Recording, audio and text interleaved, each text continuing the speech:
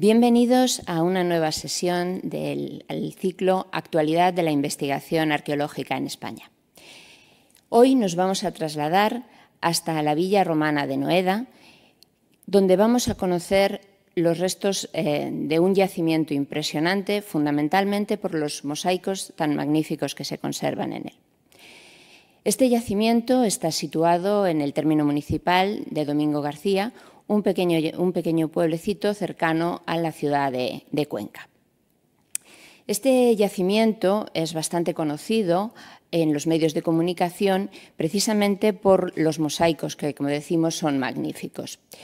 Y desde el año 2019, desde el verano del 2019, el yacimiento ha sido abierto al público como yacimiento visitable. Los mosaicos de Noeda son sin duda espectaculares. Están realizados con teselas de pequeño tamaño, lo que permite un gran detallismo en las composiciones. Composiciones además muy ricas que nos hablan de temas mitológicos, lúdicos y teatrales. Para hablarnos de este gran yacimiento tenemos hoy con nosotros al doctor Miguel Ángel Valero Tebar, profesor de la Universidad de Castilla-La Mancha y director de las excavaciones de Noeda. El profesor Valero es licenciado por la Universidad de Valencia y doctor internacional por la Universidad de Castilla-La Mancha. Su tesis doctoral fue galardonada con premio extraordinario de doctorado. Cuenta con una dilatada trayectoria docente y gestora desarrollada tanto en la Universidad Alfonso X el Sabio como en la Universidad Nacional de Educación a Distancia y actualmente en la Universidad de Castilla-La Mancha.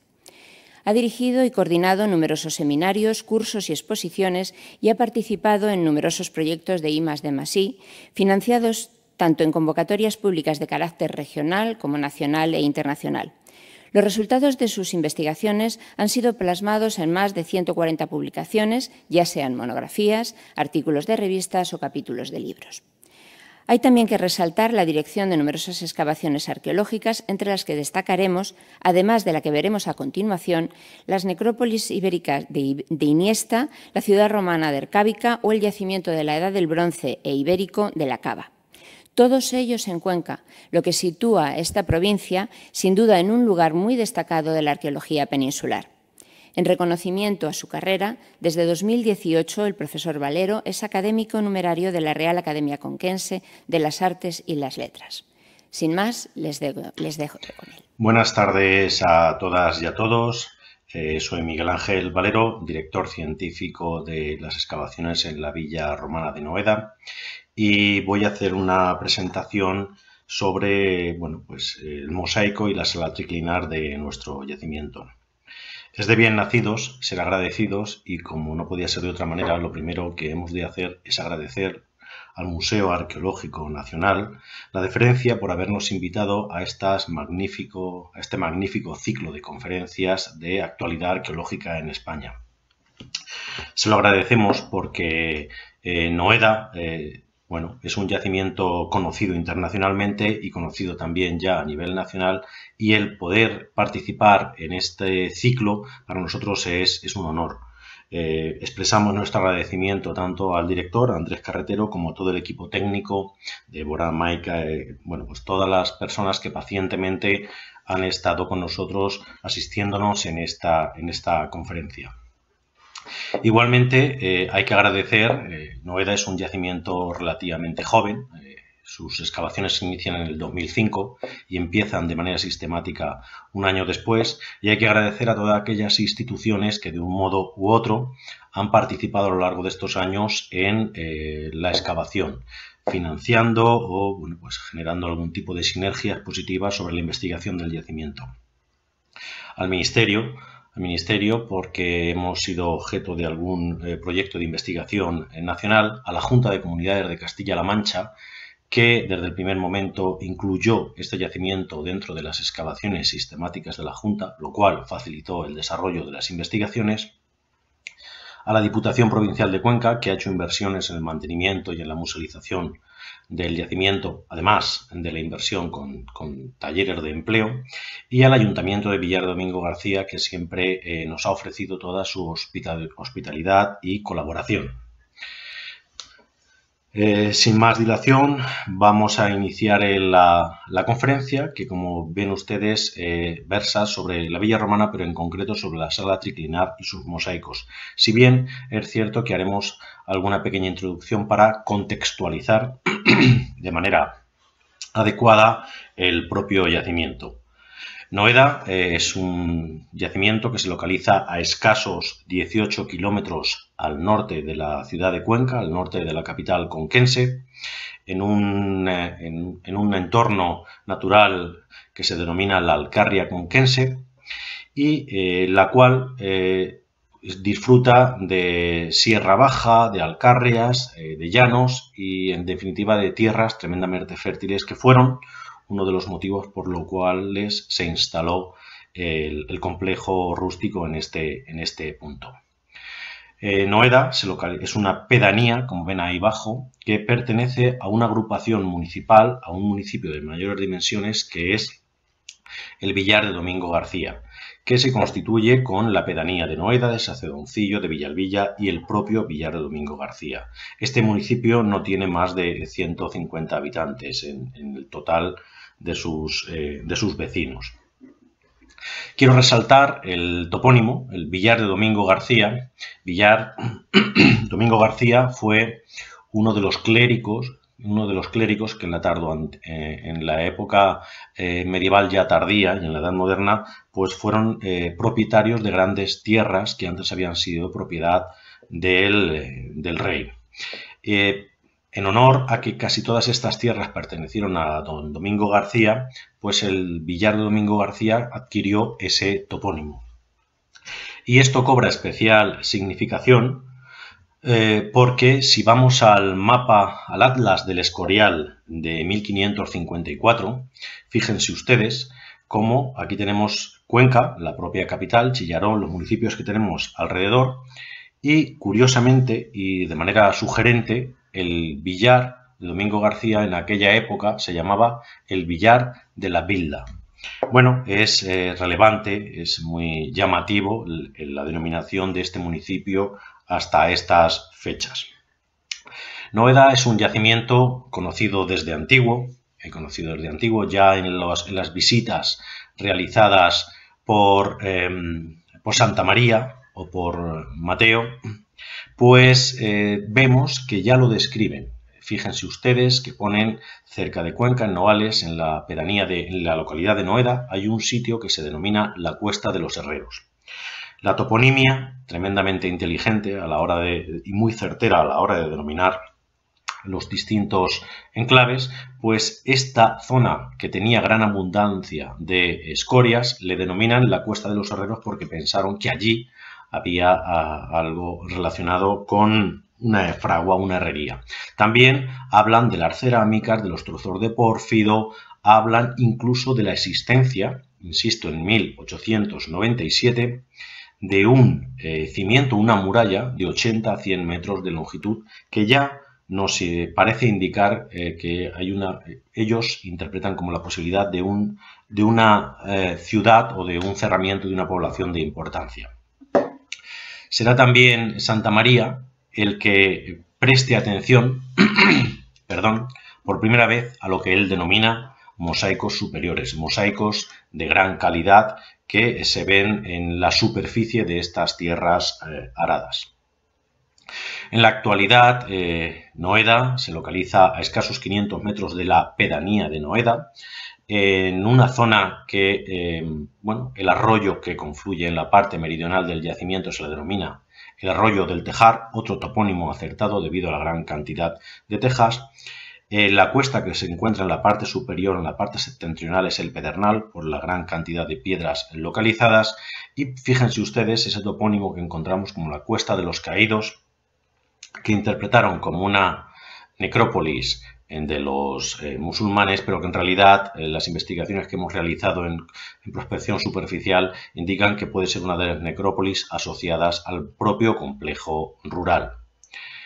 El actual yacimiento de Noeda consta de 4,75 hectáreas, que es de propiedad municipal. y que es donde nos encontramos realizando las investigaciones arqueológicas. No obstante, los trabajos de prospección superficial realizados de manera intensiva en los años precedentes y el estudio de georradar que hemos realizado ya en una buena parte del yacimiento nos indican que el propio enclave, que la villa romana, con la conjunción de las tres partes que Vitruvio nos hablaba de la pars urbana, pars rústica y pars fructuaria, tendrían en torno a 10 hectáreas. Es decir, las dimensiones de este yacimiento son verdaderamente relevantes por cuanto es un yacimiento de grandes dimensiones con una dispersión cerámica y una dispersión estructural verdaderamente destacada. Para conocer bien el enclave, lo que hemos hecho es un primer momento un estudio del territorio. En ese estudio del territorio hemos hecho un primer análisis del posible fundus de la villa. No queremos con ello decir que el propietario, que el dominus, solo tuviera este territorio, este fundus. Está claro, las fuentes clásicas in Maco nos habla de que hay propietarios que tienen varios praedia que le permiten que por ejemplo, sus ganados pasten en unos fundi o en otros.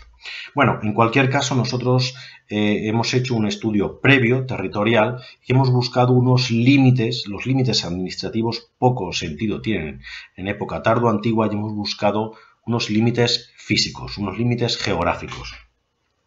Así, la sierra de Cabrejas es la que cierra su posible límite occidental y norte, mientras que será la sierra de Bascuñana y la confluencia del Júcar las que estaríamos delimitando el fundus del yacimiento al este y al sur respectivamente. La villa se encuentra en ese punto rojo central, casi central, que ven en el mapa. Aquí las prospecciones superficiales realizadas nos han arrojado a la luz toda una serie de yacimientos arqueológicos coetáneos que, en base a los estudios de prospección superficial realizados, nos permiten hablar de una sincronía entre los yacimientos, entre el propio yacimiento de Noeda y el resto de yacimientos. Bien, es verdad que la villa romana de Noeda, como veremos más adelante, es un yacimiento de ocupación multifásica. Tenemos una primera evidencia en la Edad del Hierro, de la cual quedan pocas evidencias y en la cual poco hemos podido investigar debido a lo constreñido de la excavación arqueológica que llega a estas cotas, pero sí que tenemos constancia de que hay una villa altoimperial en torno al siglo I después de Cristo con una fundamentación centrada en la explotación agropecuaria, y luego después, a partir del siglo III y sobre todo IV, tenemos la villa monumental, la villa tardo-antigua, que a su vez posteriormente será reocupada por otros habitantes que ya lo ocupan el espacio construido de manera autárquica. Como les decía, de manera sincrónica, en torno al siglo III y IV, lo que tenemos es toda una serie de yacimientos de distintas dimensiones, todos mucho más pequeños que Noeda, que pueden responder a asentamientos de segundo orden, a Tunguria o a cualquier otro tipo de entidad menor, que lo que hacen, si se fijan ustedes, es tener perfectamente estructurado y organizado el espacio agrícola y ganadero. Es decir, hay un aprovechamiento organizado de cada uno de estos territorios, y que entendemos que seguramente una buena parte de los productos serían derivados ya a la propia vila, que haría de elemento transformador para luego después exportar los productos. Precisamente para exportar los productos se han hecho también estudios del territorio que nos han avanzado en cómo era la caminería en esta época, que cómo eran las vías de comunicación que tenemos en el entorno. Fíjense ustedes que una de las principales vías de comunicación, que es el ramal 31 de Antonino, cruza próximo a la villa, pero cruza por la parte trasera de una pequeña elevación. Es decir, ese camino desde ningún punto se ve el complejo rústico, lo cual es también significativo porque, bueno, Vitruvio dice que tiene que estar la vía cerca para poder exportar sus productos, pero no tan cerca como para evitar visitantes indeseados, transeúntes que pasen por cerca del complejo. Como hemos dicho, el estudio de la caminería lo tenemos bastante avanzado y ahí en algunos puntos hemos encontrado huellas de esos caminos, de esos itinerarios que en algunos casos quedan fosilizados en aquellos puntos donde no hay agricultura.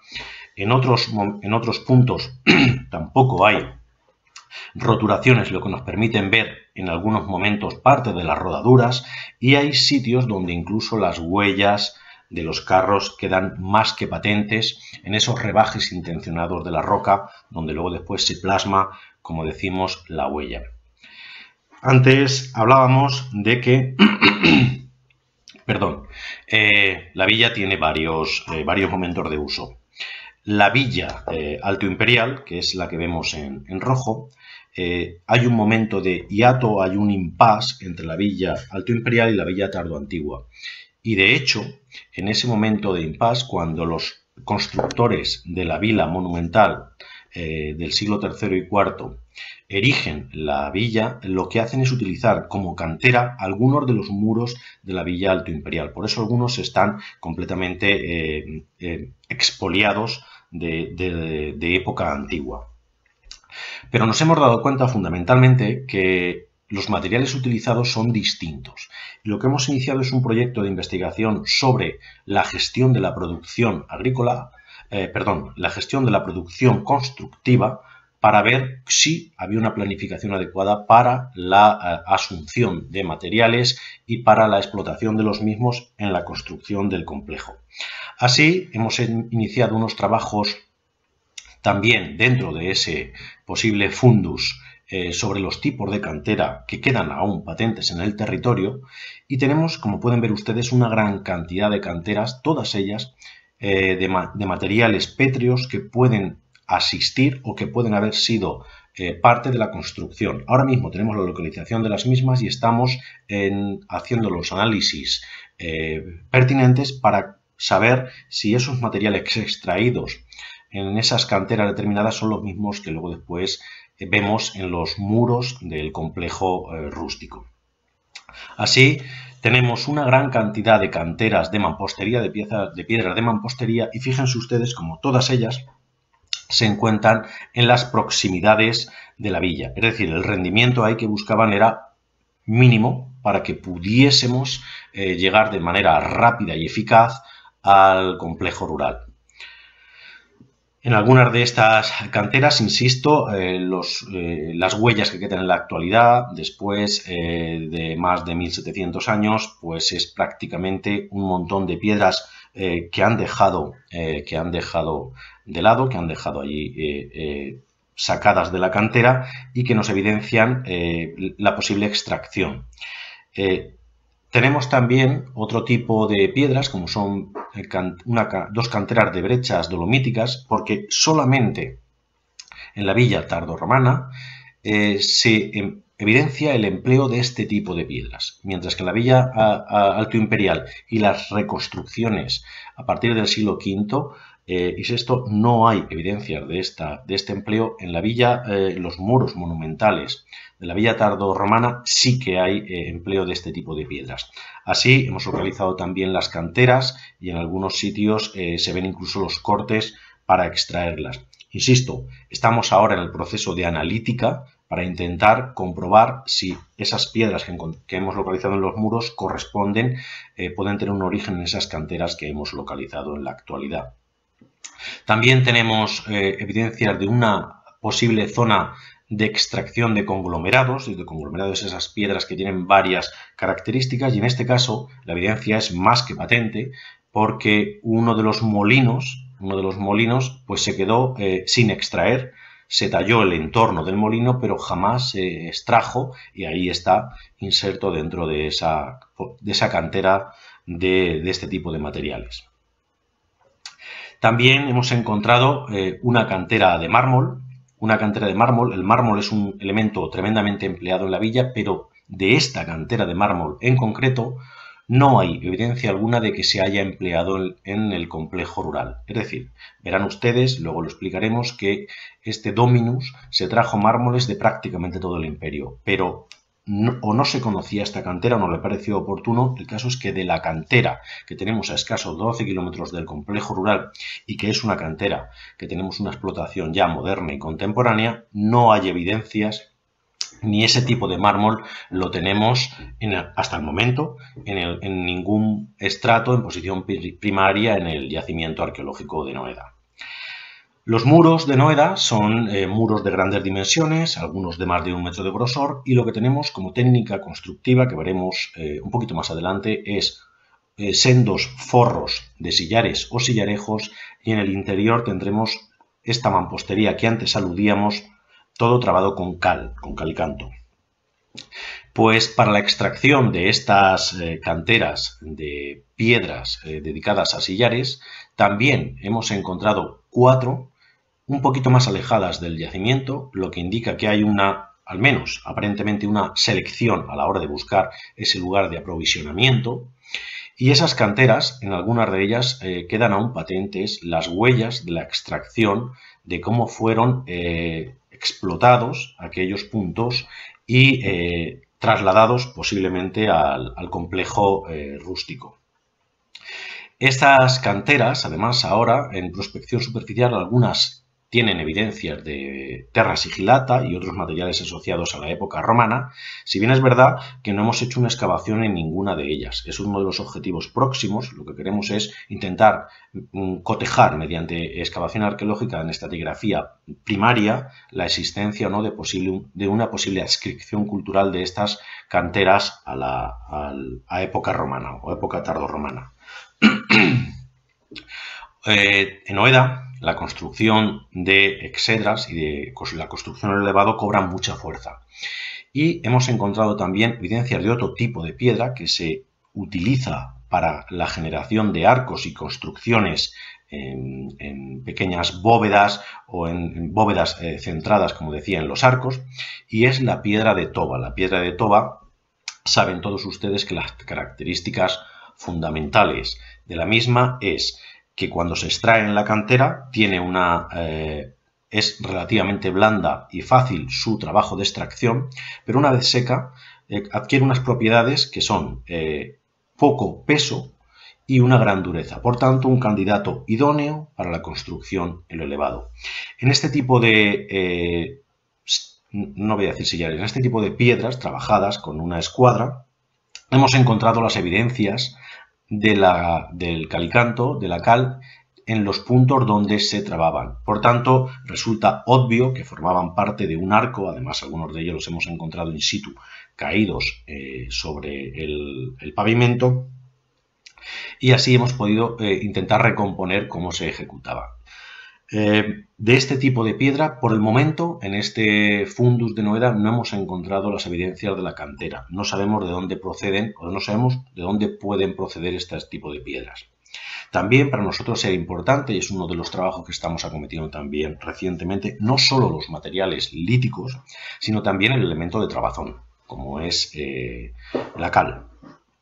Así hemos encontrado una cantera de cal histórica de grandes dimensiones, también con materiales de toda índole, es decir, hay materiales medievales, hay materiales de la Edad Moderna, pero también hay material en superficie de época romana. Por tanto, cabe la posibilidad de que también fuese una zona de extracción romana.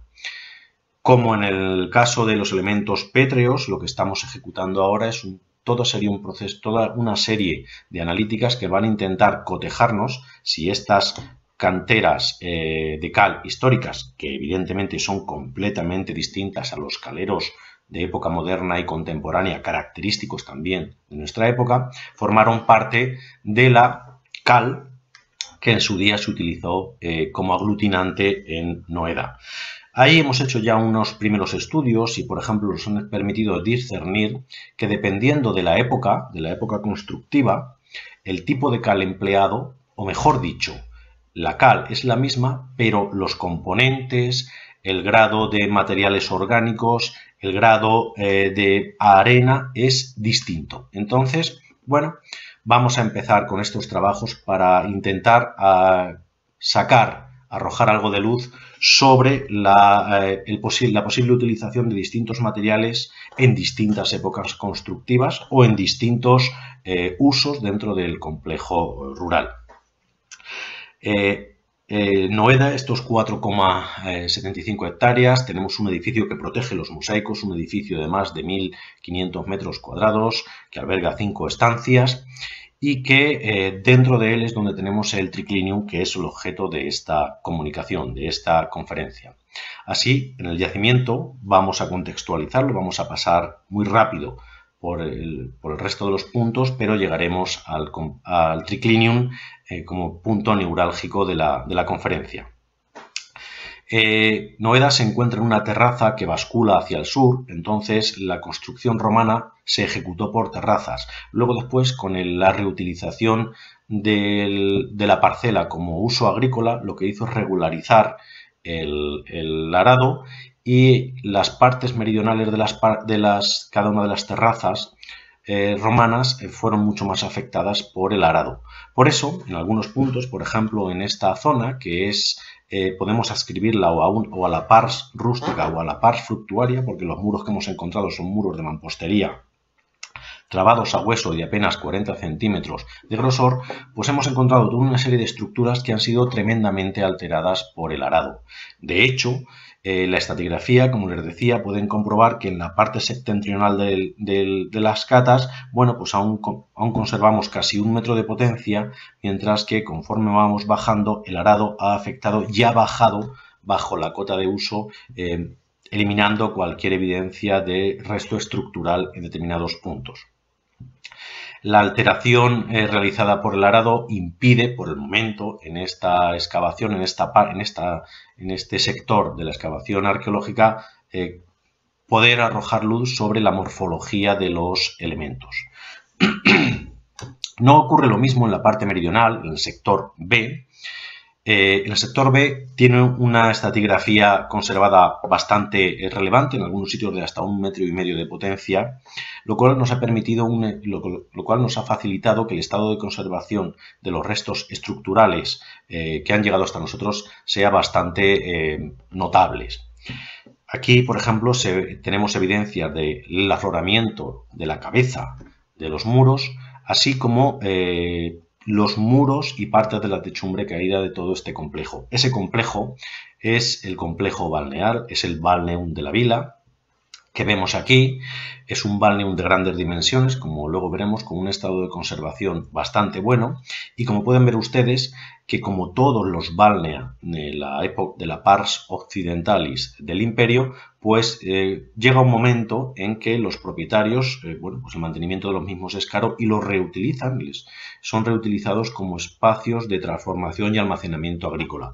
Aquí son patentes los distintos silos de almacenamiento, como hemos encontrado también la huella de un yunque y, bueno, otros elementos que ahora verán.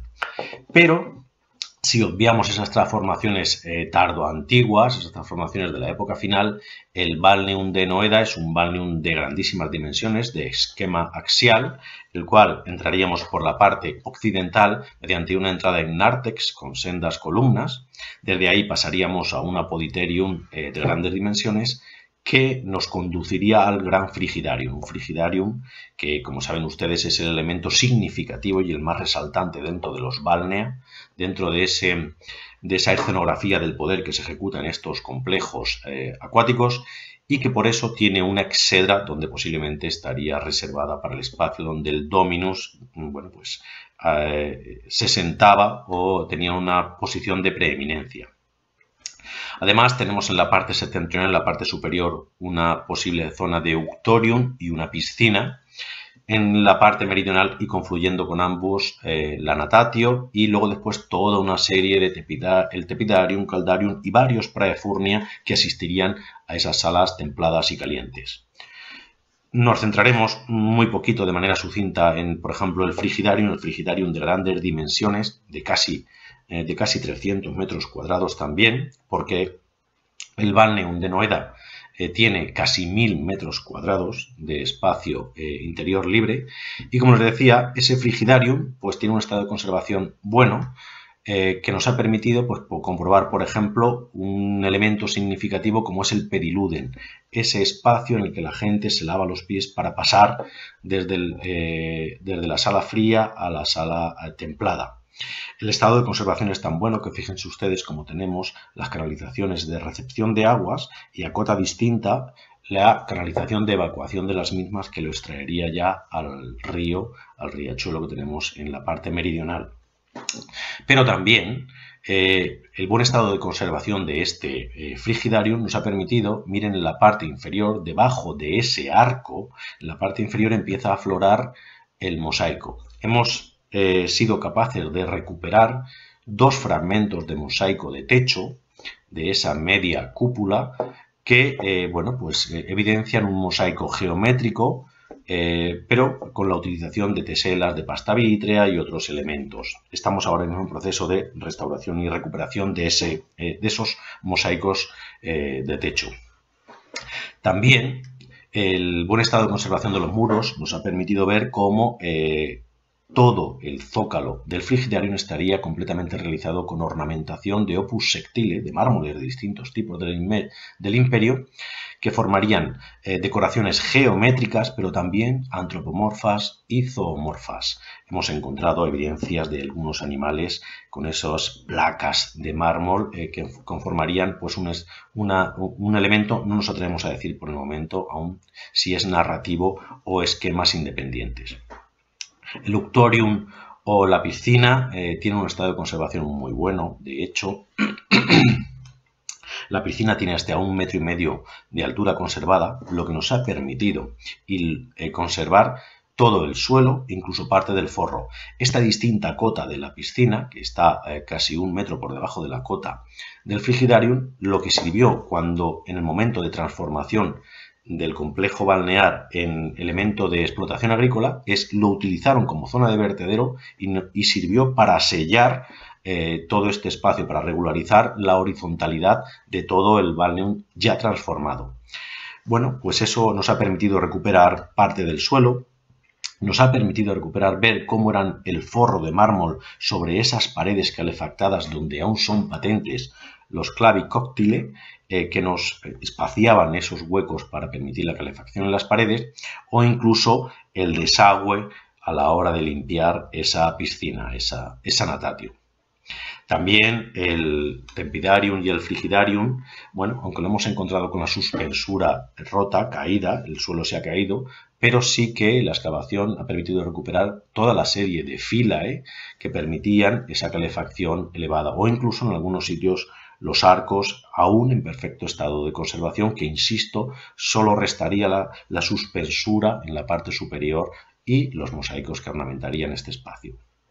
Como les decía, los casi 1000 metros cuadrados del balneum de Noeda lo convierten en uno de los mayores de todo el imperio, equiparable a los 3 grandes que son la Olmeda, Pago de Tejada y Milreu, con unas dimensiones parecidas, o en algunos casos casi mayores.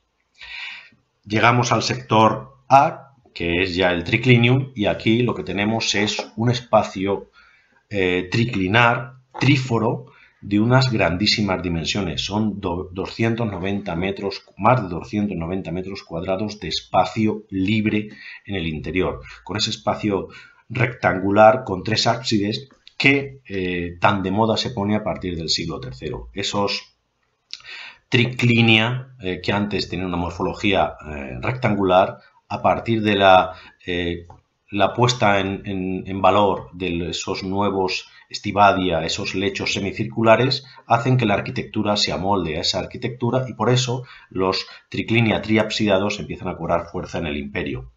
El triclinium de Noeda es hasta el momento el segundo más grande evidenciado en todo el imperio romano. Es incluso más grande que el triclinium de la célebre villa de Piazza Armerina, incluso también más grande que el triclinium del Palacio de Split de Diocleciano.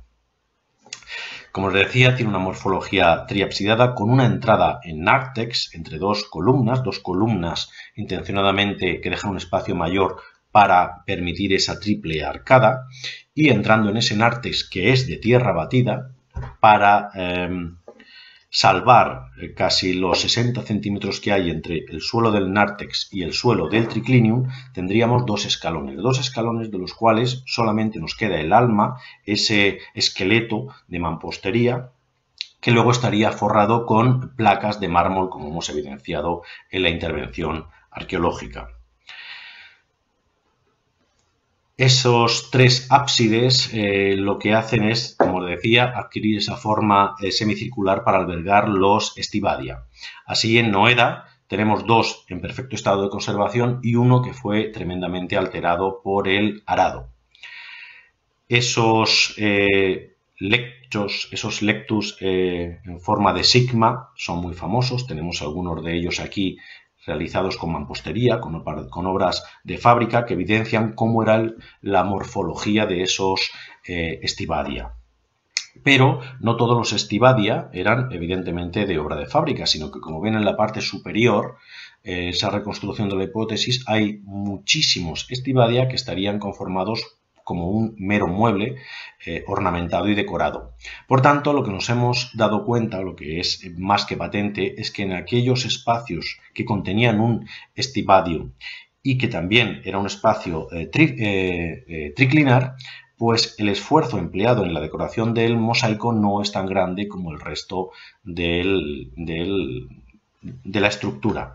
Así vemos que la morfología es en muchos sitios geométrica. En Noeda nos pasa prácticamente igual y veremos cómo la decoración de los mosaicos en esas exedras es geométrica, mientras que el emblema central, en vez de pequeñas dimensiones, es todo el triclinio y es ya decoración figurativa.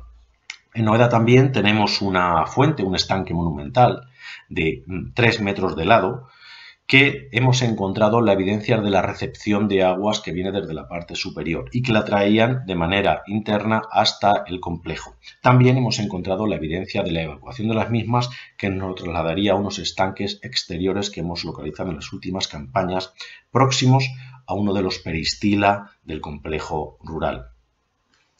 Ese estanque monumental tiene un estado de conservación bueno.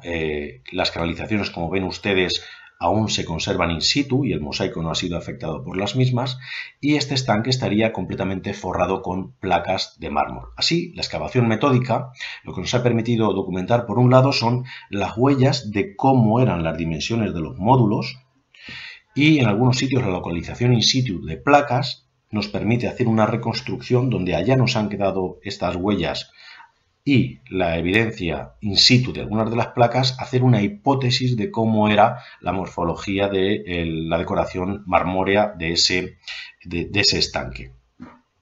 Por otro lado, las paredes, como les decía antes, son de muros de casi 1 metro de grosor, realizados en una primera altura con sillarejos, con doble forro de sillarejos y mampostería.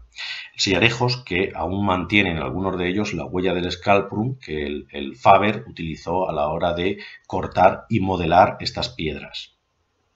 Pero en algunos otros muros lo que hemos encontrado es que, además de ese muro de mampostería o de sillaría, hay un alzado de adobe. Fíjense ustedes ahí como lo que tenemos es la evidencia de una pared de adobes caída, donde los módulos de adobes trabados con cal son más que patentes. Así el zócalo, fíjense esa caída hacia la derecha del muro, insisto, de adobes. En la construcción al elevado, como les he dicho antes, repetimos la imagen, sería salvada con arcos de piedra de toba.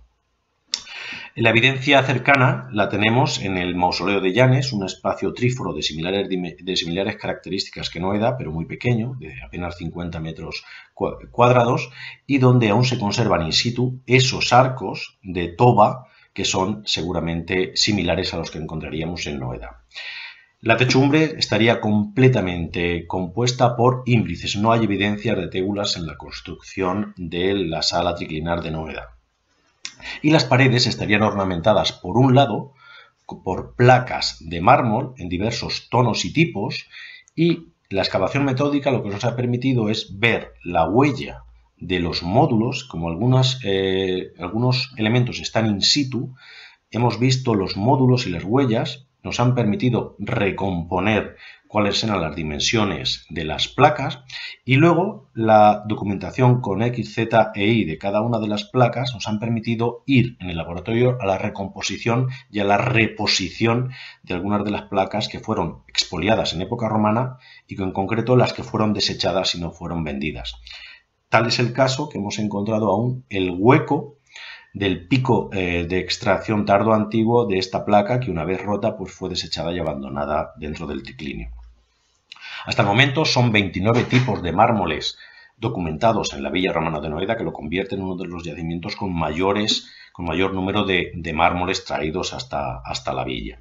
Y el alzado de esas paredes estaría compuesto por pinturas de diversos tonos, colores, que estamos empezando a poder recomponer gracias a los fragmentos localizados. Además, toda la sala estaría completamente ornamentada con varias esculturas. De hecho, hemos encontrado algún retrato y luego la mayoría son esculturas de pequeño formato, todo hecho con mármoles blancos, mármoles de Taxos, mármoles de Paros, según las analíticas realizadas en el ICAC, y que lo que tenemos es este tipo de escultura que llega en la época tardo-romana a la península ibérica con ciertas dificultades por las complicaciones que tenemos en el Mediterráneo, que todos conocen. Y finalmente llegamos al mosaico, el mosaico figurativo, el cual conservamos más de 200 metros, 240 metros cuadrados. Hay una pequeña afección por el arado en la parte meridional, pero que en ningún caso pues impide la interpretación del complejo. Este mosaico tendría las partes que antes aludíamos de la morfología geométrica de los tapices fusivos en cada una de las exedras. Va a estar encima los estivadia, por tanto no tiene sentido invertir tiempo y esfuerzo en estos lugares, pero sí que tenemos toda una orla de roleos vegetales que están compuestos por diversos módulos, tonos y colores que estarían enmarcando ese emblema central de más de 211 metros cuadrados, un emblema tremendamente grande, donde se abigarran más de 170 figuras que nos hablan en un estilo narrativo, en 6 paneles figurativos, independientes pero interrelacionados entre sí, y figuras abigarradas que tienen unas dimensiones de escala mayor de 1:1. De hecho, esto es una persona de 1,71 comparado con las dimensiones de algunos de los personajes de Noeda. Este mosaico figurativo, ese emblema central, está hecho íntegramente con opus vermiculatum de teselas milimétricas, algunas de hasta 1,5 milímetros, y la mayoría, una buena parte de ellas, son teselas de vidrio, de pasta vítrea de diversos tonos. Hemos hecho los análisis de cada una de ellas y el vidrio primario procede de Egipto y luego las transformaciones para darle los tonos ya de otros talleres de la parte occidental del imperio. Con este tipo de teselas lo que se consiguen es que parezca más bien obra pictórica que musivaria. Hay una teatralidad. Estas teselas de dimensiones milimétricas consiguen que haya matices como una iluminación que vendría de arriba a la izquierda, que por tanto permiten la gradación de las tonalidades, el volumen de las vestimentas e incluso detalles importantes como son los módulos en las vestiduras.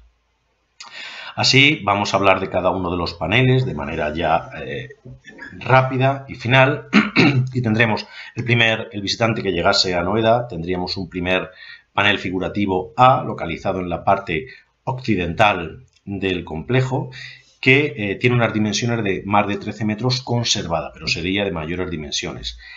Este panel, que tiene que ser leído de izquierda a derecha, que tiene un estilo narrativo, tiene 3 grupos escénicos. Un primer grupo a la izquierda, uno central de mayores dimensiones y uno a la derecha, del cual solo nos resta un personaje porque lo demás se ha visto afectado por el arado. Y en la parte superior, a modo de perspectiva, un circo en pequeñas dimensiones. El primer grupo figurativo, lo que tenemos es toda una serie de 5 personajes en torno a un personaje entronizado y un elemento superior con 3 cabezas cortadas de las cuales brota sangre. Fue fácil la interpretación del mismo porque es un mito de gran tradición en Oriente, sin embargo muy poco plasmado en musivaria y con algunas representaciones en estelas y algo en elementos vasculares. es el rey Enómao, rey de Olimpia, que aparece barbado, con la corona, sentado en un trono y con el volumen de las propiedades del reino en su mano izquierda. Enómao, saben ustedes, estaba casado con Estérope, padre de Leucínipo y también padre de la princesa Hipodamía. El oráculo le había dicho que el que se casase con su hija sería el responsable de su muerte. Por eso, este monarca, que tenía las yeguas más rápidas de todo el mundo conocido, aparte de tener esas yeguas, buscó al mejor auriga, que era Mirtilo. Mirtilo le conducía en esas carreras porque cada uno de los pretendientes que pedía la mano de su hija tenía que retarle a una carrera, y si perdía el pretendiente, el rey le atravesaba con la lanza y le cortaba la cabeza colgándola en la puerta de su casa. Por eso tenemos esa alusión con 3 cabezas cortadas con el rictus de la muerte sobre ganchos. Fueron varios los pretendientes que murieron en manos del monarca hasta que llegó Pélope. Pélope, todos saben la tradición, hijo de Tíndaro, fue devorado por los dioses y luego reconstruido, siendo uno de los jóvenes más bellos del imperio. Pues este joven, llegando a Olimpia, se enamoró de la princesa y la princesa a su vez de él. Entre ambos urdieron una treta y le propusieron a Mirtilo, al auriga, cambiar los tornos de la rueda de la cuadriga de su padre, los tornos de bronce, por cera de abeja. En el calor de la carrera se derretiría la cera, caería la rueda y bajaría la barquilla.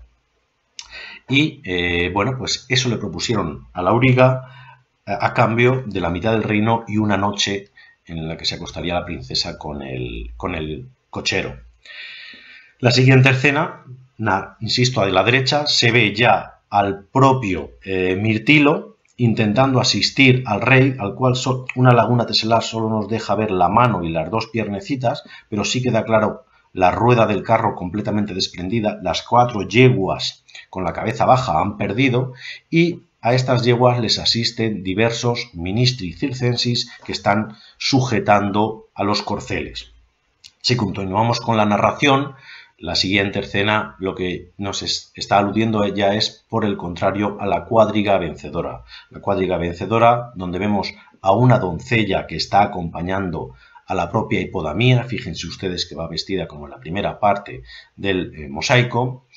Hipodamía, que abraza y da la palma de la victoria a Pélope, y que ambos se miran contentos porque van a ser marido y mujer, pero tristes porque ha muerto su padre. Su padre finalmente fue muerto por las riendas de la cuadriga. El cochero, el auriga de la cuadriga de Pélope, no es otro que Eros, y ahí aparecen los 4 corceles con la palma de la victoria en la cabeza y con las cabezas aún elevadas y briosas. Uno de ellos, uno de los asistentes, es el Esparsos, ese personaje que asiste a los caballos dándoles agua directamente en la boca. Y ahí aparece de nuevo un señor con la túnica blanca, que no es otro que de nuevo Mirtilo. El mito, saben ustedes, que en un viaje que hacen Pélope, Hipodamía y Mirtilo, Pélope y Hipodamía, los reyes, no cumplieron con su parte del trato. Entonces Mirtilo intenta forzar la situación y es arrojado al precipicio, y mientras caía maldijo a todos sus herederos. Bueno, Pélope y Hipodamía son los predecesores de, entre otros, Agamenón y Menelao, que ahora veremos. En la parte superior, una escena alusiva a esas carreras con un circo donde tenemos todos los componentes de ese edificio público. Así son varios los elementos que aparecen de manera esquemática, pero resalta la arena, el Euripus en la parte central o incluso el Valteus.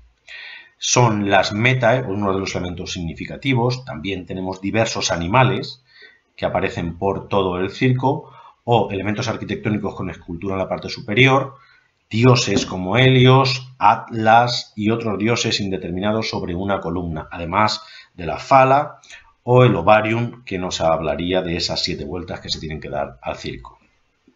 La siguiente escena figurativa es la escena figurativa B, que está dividida en 2 partes, una parte superior de grandes dimensiones que alude a una compañía teatral y una parte inferior en pequeñas dimensiones que también está hablando de unos juegos que ahora veremos.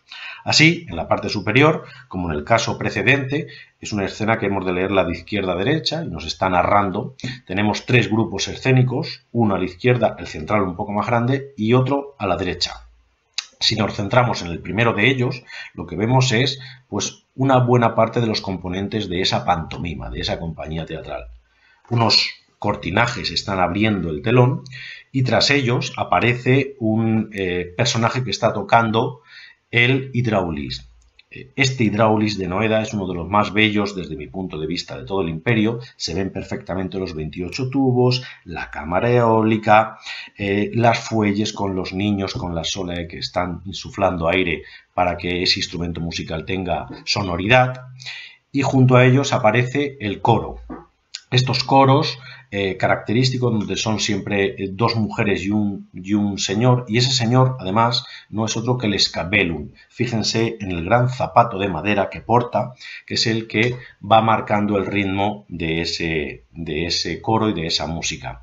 En la parte central hay varios personajes. El primero de ellos es el propio pantomimo, que está girando con esa túnica. Además aparece con la máscara, la peluca y está en una actitud completamente de movimiento. A su lado un joven que toca la cítara. El grado de detalle del mosaico es tal que fíjense ustedes que incluso se insinúa la pierna en ese personaje. Otra niña pequeña, diversos personajes componentes de la pantomima, otro pantomimo que toca en este caso el doble aulós, y en la parte de la derecha lo que tenemos son los propios mimos. Los mimos, que saben que el Samnius y el Estúpido, esos dos personajes que aparecen con la cabeza rapada, pues aquí aparece un personaje con exomis repetido detrás del biombo de este lectus, una señora que se vuelve a repetir ya sentada en el lectus y fíjense que lleva atada su mano con una cadena que la lleva también atada el marido, y todo ello ante un niño que llora. El epígrafe nos da una pista sobre esa obra teatral. Mimus celotipi nunti. El mimo está hablando del recién casado celoso. En la parte inferior tenemos personajes de 1 metro de altura, en la que en una sucesión de arcos rectos y escarzanos tenemos dos púgiles que van a empezar la batalla. Tenemos el que toca la bucina, una domina centrada en un triclinium aestivum, el orator con la palma de la victoria que va a dar la palma al vencedor de la contienda, o una contienda de comedia donde tenemos los personajes con las máscaras. El panel figurativo C y D se superponen unos sobre otros, son de grandes dimensiones. Vamos a ver el primero de ellos, que es la parte inferior. Aquí igualmente tenemos 3 grupos escénicos, uno a la izquierda, el central y el que está en la parte derecha y afectado por el arado y que no lo tenemos desgraciadamente íntegro. El primero de ellos es el juicio de Paris. Recuerden ustedes el famoso cuadro, entonces, donde Paris, recuerden ustedes, es llamado la boda de Tetis y Peleo. Se invitan a todos los dioses menos a Eris, a la diosa discordia, que se presenta con una manzana de oro. A esa competición se presentan Atenea, Hera y Afrodita, y entonces será Paris el que tenga que dirimir quién es la más bella. Por eso aparece Paris, una laguna nos impide ver el cuerpo del príncipe, pero se ve claramente la palmera en la parte superior y las piernas del príncipe sentado en la roca. Atenea, con la gorgona medusa, con el escudo, con todo lo que es la parafernalia de esta diosa guerrera, se ofrece, como se ofrece también Hera, la mujer de Zeus, y Afrodita, la diosa del amor. La manzana se la da a la vencedora, que no es otra que Afrodita, que le prometió, como saben ustedes, la mujer más bella del mundo. La mujer más bella del mundo en aquellos momentos sería Helena de Esparta. Así, la siguiente escena es el propio rapto de la princesa espartana por el príncipe troyano. Esta gran escena central se divide en dos, ya que ese barco con el mástil está hablando de dos momentos temporales, el rapto de la princesa y la arribada a las costas troyanas, como ahora veremos. Aparece aquí 3 doncellas, una con la umbrela, otra con el cofre y otra con el escudo, con el espejo, que están asistiendo a Helena de Esparta, de tremenda belleza, pudorosa, que es raptada. Fíjense como el príncipe troyano está tirando de la muñeca de la princesa y la sube a un barco donde esa pasarela Eros les indica el camino a seguir. Son 2 marineros frigios los que van a recibir a los príncipes. Bien, la siguiente escena dentro de ese barco ya nos alude a la arribada ante las costas de Troya. Sí, los mismos dos marineros atracan el barco, fíjense cómo llevan todo lo que son las amarras, los mismos personajes bajan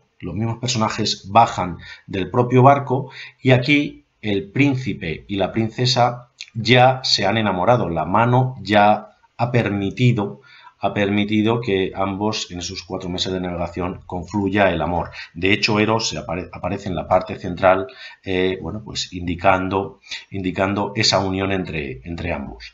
Y son recibidos ante 4 danzantes frigios ante un espacio arquitectónico que entendemos que puede ser las murallas de Troya.